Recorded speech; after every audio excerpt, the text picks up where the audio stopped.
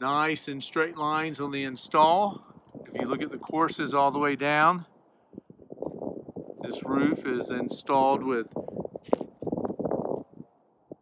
some straight lines. They had popped some lines and they kept these courses straight.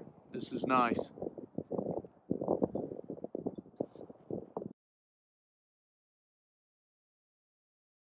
This roof had 3 layers of shingles, and so we had to put new step flashing in there.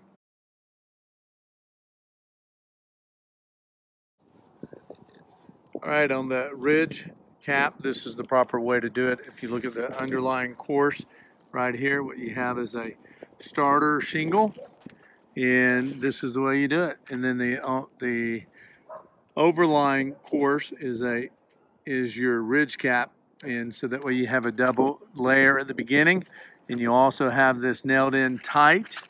If you look right here to the edge, to the face, the nail's right there.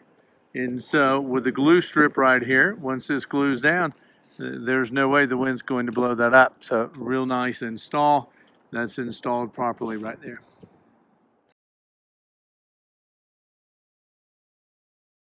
Almost all the nails are installed really tight to the edge.